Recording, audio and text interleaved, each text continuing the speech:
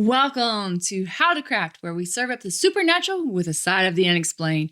I'm Munchies Murphy, your guide through shadowy forests where Bigfoot roams, haunted houses where spirits linger, and starlit skies where the impossible becomes possible. Each episode will feast on bone-chilling tales and alien encounters, but we'll also be whipping up recipes that are truly out of this world. So fire up your stove and open up your mind, because we're cooking up mysteries that will leave you hungry for more. On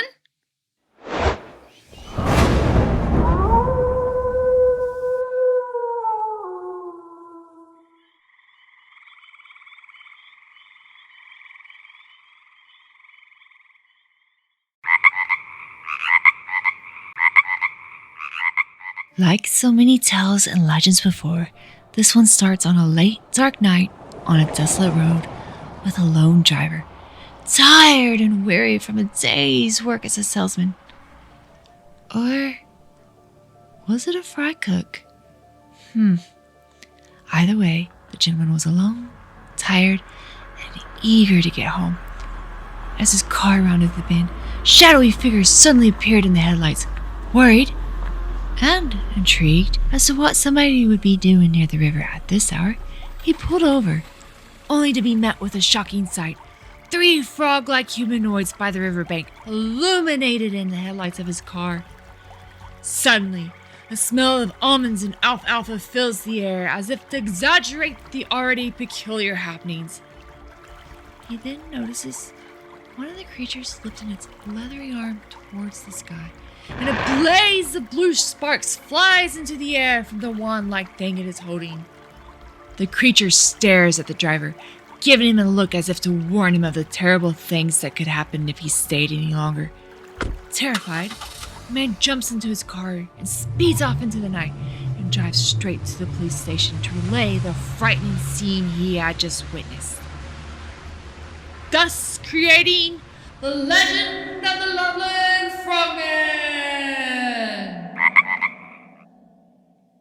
And that, my friends, is how the legend of the Loveland Frogman was born. While the Loveland Frogmen aren't as famous as Bigfoot or the Mothman, they've captured people's hearts. I mean, Loveland made them their mascot and throws them their own festival. How many cryptids can say that? But what if the Loveland Frogmen weren't cryptids at all? What if they were actually extraterrestrial beings? And what if that salesman/fry cook thing isn't just me being confused, but actually reveals how jumbled this story has become over the years? And the biggest question of all, are they even frogs?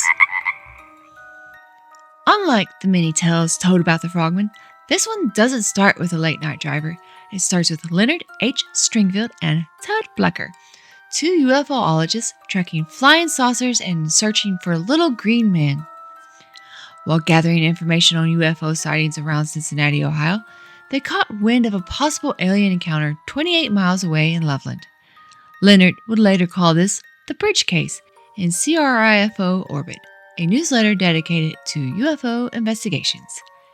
In both the newsletter and later his book Inside Saucer Post 3-0 Blue, Leonard mentioned the salesman he referred to only as CF. Apparently, CF had encountered the frogman near a bridge by the Little Miami River. Leonard claimed the local defense unit was involved, followed by an FBI investigation, though no definitive proof of either was ever found. Leonard also mentioned another salesman, R.H., who had encountered similar creatures a year before the bridge incident. These 2 separate incidents become jumbled together over time, with most people combining CF and RH stories into one narrative. And here's where it gets interesting. The idea that a salesman was even involved was an error mistakenly reported by Leonard himself. So, let's untangle these 2 stories from the 1950s. Ted Blecker, who had worked with Leonard Stringfield during the initial investigation, returned to Loveland when he heard about possible FBI involvement, because nothing says, "This is real," like federal agents showing up, right? Well, anyways, he met with Frank Whitecotton, Chief Coordinator for Civil Defense in Hamilton County, hoping to learn more. What Ted discovered was revealing. The witness, CF, wasn't the prominent businessman Stringfield had described. He was actually a young volunteer policeman for the Loveland Civil Defense. White Cotton suggested Ted speak with Loveland Police Chief John K. Fritz, since CF was from his department. Most importantly, though, White Cotton denied any knowledge of FBI involvement. Chief Fritz wasn't much more helpful. He was reluctant to discuss details, but did confirm that the incident occurred in late June or July of 1955, and then later stated it was July. Definitely, maybe. Fritz couldn't even be bothered to locate the official report for the exact date. Here's an excerpt from Ted's book, Close Encounter at Kelly and Others of 1955, that details what happened. The witness, CF, was driving a civil defense truck when he crossed a bridge in the Loveland area. He noticed 4 small figures on the riverbank beneath the bridge. A terrible smell hung over the area. CF immediately drove to police headquarters and reported the incident. Chief Fritz wasn't in his office, and those present greeted CF's story with considerable derision and skepticism. When Ted finally tracked down CF at his home, the young man refused to cooperate, stating, in no uncertain terms, that he would not discuss the incident with anyone, at any time, period. He explained that he had been ridiculed and abused because of his report, and it was clear he was bitter about the whole experience. Ted did manage to coax out a few details by showing CF drawings from the Kelly Hopkinsville incident. CF admitted he had seen 4 more or less human-looking little men about 3 feet high who had been moving oddly about under the bridge, and that there had been a terrible smell about the place, and he observed them only for about 10 seconds. He told Ted that he could find out more in a newspaper article about the incident. Unfortunately, he didn't look for it that day and never found the newspaper account CF mentioned, something he later regretted. I tried searching online newspaper archives myself, but haven't found anything related to the incident as of yet. However, I may have identified CF's real name through YourCat, which stands for UFO Related Entities Catalog, an online UFO database which lists him as Carlos Flanagan. I found that name in Ohio newspapers from the period, and an obituary that suggests he would have been the right age during the incident. Now, let's get on to the second witness, who was a salesman, but not a salesman. Leonard called him RH, but Ted Blecker identified him by his real name, Robert Honeycutt. Ted titled this, The Branch Hill Encounter. And it's Robert's story that most people recognize as the classic Frogman tale. At the time of his sighting, Robert was working as a fry cook at a new restaurant in Loveland, not a salesman at all. It was around 3:30 a.m. in March or April of 1955. Robert was driving home from his late night shift, cruising north on the Madura Loveland Pike near Branch Hill. His headlights catch what he thinks are 3 guys kneeling by the road. Thinking that someone might be hurt, Robert pulled over to help. That's when he realizes these weren't 3 men, but 3-foot-tall humanoids. Despite little green men being all the craze at the time, Robert stressed that these creatures were grayish in color, as were their tight-fitting garments. The beings had a lopsided chest that bulged at the shoulder and armpit on one side, with the arm on that side appearing more slender and longer than the other. Their feet and legs were hidden by the weeds, though Robert got the impression that their garments were baggy below the waist. Most striking were their faces, ugly and frog-like, with mouths that were nothing but thin lines. Robert couldn't make out any nose, but their eyes appeared normal and human-like. Their heads were bald with horizontal fat rolls. The creature closest to Robert held its arm about a foot in the air, grasping a dark chain or stick that emitted blue-white sparks jumping from one hand to the other. As Robert approached, curious, the creature with the chain lowered it as if to tie it to its ankle. That's when Robert noticed an odd smell reminiscent of alfalfa and almonds. When Robert moved closer, the creature made a gesture as if to suggest he should keep his distance. After watching for several more minutes, he left and drove to Chief Fritz's house. By the time Robert reached the police chief's home, he was shaken by what he had witnessed. Chief Fritz didn't smell any alcohol in Robert, and noting his frightened state, believed the man had indeed seen something. Fritz got dressed, was smart and grabbed the camera and headed to the location.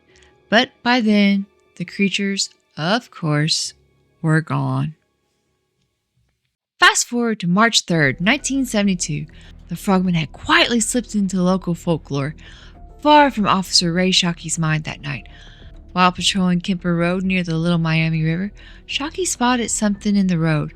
The roads were icy, so, being the good cop, he stopped to move whatever it was for safety. According to reports, when Shockey went to remove the object, he got a big shock. He saw a creature rise on its two legs, revealing leathery skin and a frog-like face. It ran across the road, climbed over the guardrail, and disappeared into the Little Miami River. Frightened, Shockey called fellow officer Mark Matthews, who came to investigate, but found nothing but scratch marks on the guardrail where the creature had climbed over. A few nights later, on March 17th, Officer Matthew was patrolling the same area when he encountered something green in the road, and it turns out it was the legendary creature, the leprechaun! Just joking, because March 17th is St. Patrick's Day. However, the creature spotted was legendary. Matthew described a leathery frog lizard-like creature about 3 foot long with a face like a frog.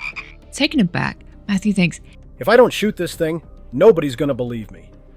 So, he takes the shot and makes the shot. Even wounded, the creature manages to crawl over the guardrail and once again into the river. And sometimes, that's where people end this story. But here's where it gets interesting. Matthews never thought he encountered a monster. In a 1972 article called Boggle Mines, I love that title by the way, Matthews straight up says, it wasn't a monster. I believe it was just a Tellus iguana.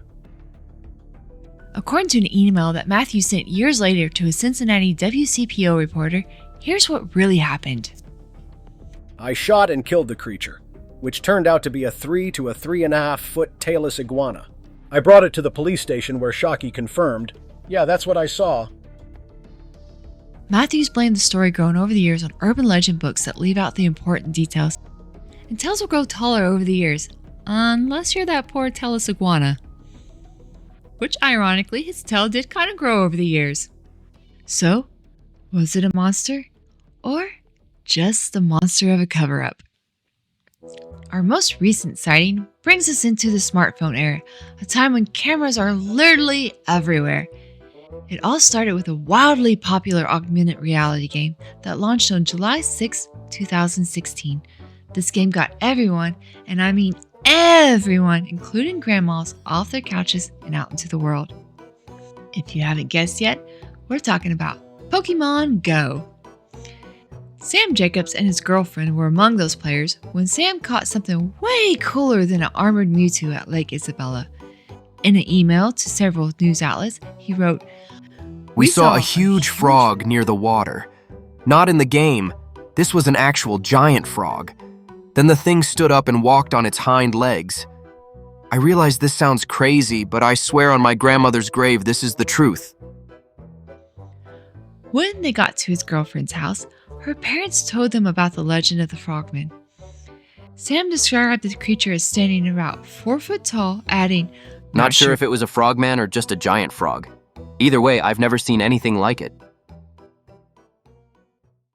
Before we dive into theories, I want to make mention of a few other encounters that didn't quite make the main narrative, but add interesting context. The Magnone family incident. Emily Magnone and her husband got woke up by dogs around the same time as the bridge incident. They didn't see anything, but this horrible swamp-like smell filled the air.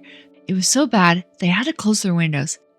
Their neighbor, also woken up by the dogs, saw a 3 foot tall figure covered in twigs and foliage that would disappear when she would turn on the lights, but reappear in the dark.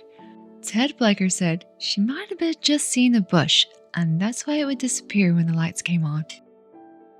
Winton Woods teens. Bill Wallace, Donna Mayer, Marlene McLester, and the amazingly named Cleophas Strange parked at Winton Woods when Strange spotted something strange. A 3.5 to 4 foot creature that was green, glowing, slimy like a snake, wearing what appeared to be painted on clothes with something fuzzy around his head and big yellow cat eyes. Spooked, they drove off and went to the police station, and when the police came back, there was a weird smell about the area, but also a skunk hanging around. So yeah, probably the skunk. But interestingly enough, there was also a strange light over the Atom plant that night that was seen by police and citizens alike. Could they be connected? I'm not sure, but possibly. Margaret Simmons' Georgia encounter. An Ohio native vacationing in Florida saw 4 little men in grayish-green outfits near Stockton, Georgia on July 3, 1955. They appeared to be digging in the road with little sticks. Her husband was asleep and missed the encounter entirely. Originally, she didn't plan on telling anyone, but the Kelly Hopkinsville incident gave her the courage to tell her story. The green-clawed beast. Now this one, I'm not entirely sure why it gets lumped in with the frogman, but it does. On August 14, 1955, Naomi Johnson was swimming in the Ohio River near Evansville, Indiana, when something with a furry, clawed hand grabbed her. She later connected her encounter to UFO phenomena after also hearing about the Kelly Hopkinsville incident. Though this creature often stands out as its own cryptid, Johnson's description sounds more like what I would call a mud mermaid, but that's a story for another episode. So, what were these creatures? Several theories have emerged over the decades. The skeptical explanation suggests misidentified animals, perhaps herons or deer standing on their hind legs, which is essentially the weather balloon of bipedal cryptid explanations. Then there's the extraterrestrial theory, supported by the UFO context of many 1950 sightings and the involvement of prominent UFOologists. But I have my own theory about the 1950s incident. While it's probably not very accurate, it is a fun one to consider. What if the frogmen were actually, well, frogmen, as in divers? While researching the creature sightings, I kept finding articles about divers conducting recovery missions in the Little Miami River around the same time as the first 2 encounters. Have you ever seen vintage diving equipment? The wetsuits were often gray-green and covered the entire body except for the face. These suits were tight-fitting, giving them that painted-on appearance that witnesses described. The diving hoods would create the appearance of a bald creature, and the way they bunch up could easily look like fat rows. If the divers were still wearing their face mask, that might explain why the witnesses saw creatures with thin lips, no visible nose, and normal-looking eyes. The lopsided chest could be explained by a rebreather of devices or air tanks. And those blue sparks?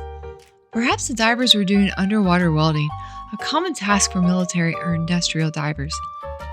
Many welding torches produce blue-white flames. Remember, these encounters happen in the darkness with only car headlights for illumination. Poor lighting and the unexpected nature of the situation could easily cause someone to misinterpret what they were seeing. The small height could be due to perspective or the divers working on their knees. As for why divers would be working late at night, they could have been conducting training exercises, doing it for recreational diving, or perhaps something more secretive, which might explain the official silence around the bridge cases. Or maybe it really was just deer standing on 2 legs having philosophical discussions with cranes, aliens, and interdimensional beings. So, are the frogmen real? We know that at least one case, Officer Matthews' 1972 encounter, it was likely an escaped or abandoned iguana. But what about the others? Were they tired eyes playing tricks on late-night travelers, turning reeds and weeds into moving shapes? Misidentified animals caught in dim headlights with water reflections adding to the confusion? Or were they actually visitors from the star, destined to become stars themselves in a small-town legend? Perhaps it was mass hysteria. After all, the 1940s and 50s were boom times for tales of little green men and flying saucers. Was the most recent sighting genuine, or just a hoax by teenagers trying to stir up harmless fun and bring the legend back into the spotlight? Who really knows for sure, except those who were there and witnessed the frogmen. But the question remains, can they even trust their own eyes? the Loveland Frogman continue to capture imaginations, becoming beloved local mascots while maintaining their air of mystery. Whether cryptids, aliens, misidentified animals, or something else entirely, they've earned their place in the pantheon of the American folklore. And perhaps that's exactly where they belong. Thanks for cooking up some cryptid recipes with me today. Whether you made the boba frog eggs, the edible slime, the gummy frogs, or hopefully all three, I hope you had as much fun as I did.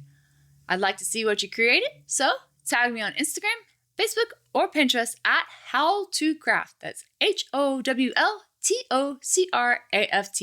Or drop your photos in the comments below. The next episode's craft will be sure to knock your pants off. So if you don't want to miss it, subscribe, hit that bell, and keep the mystery delicious. I'm Munchies Murphy, and I'll see you next time.